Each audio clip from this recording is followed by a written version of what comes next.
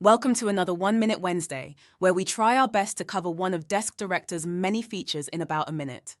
Today, we'll explore our guide on setting up SMTP server mail delivery. Let's walk through the essentials to get your emails flowing smoothly.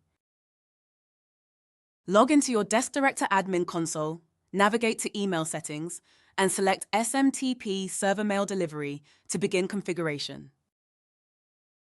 Set up your SMTP details with 4 key pieces of information: SMTP host, port, email user, and password. These can be obtained from your email provider.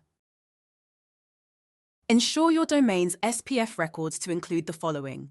Include spf.deskdirector.com to authorize Desk Director as a mail sender.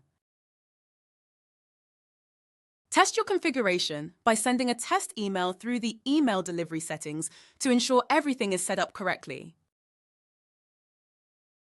Use the mail delivery history to troubleshoot any issues with undelivered emails and keep track of your email activity. That's all for today's 1 Minute Wednesday. With your SMTP setup complete, enjoy seamless email communication with Desk Director. Thank you for watching and enhance your email delivery today.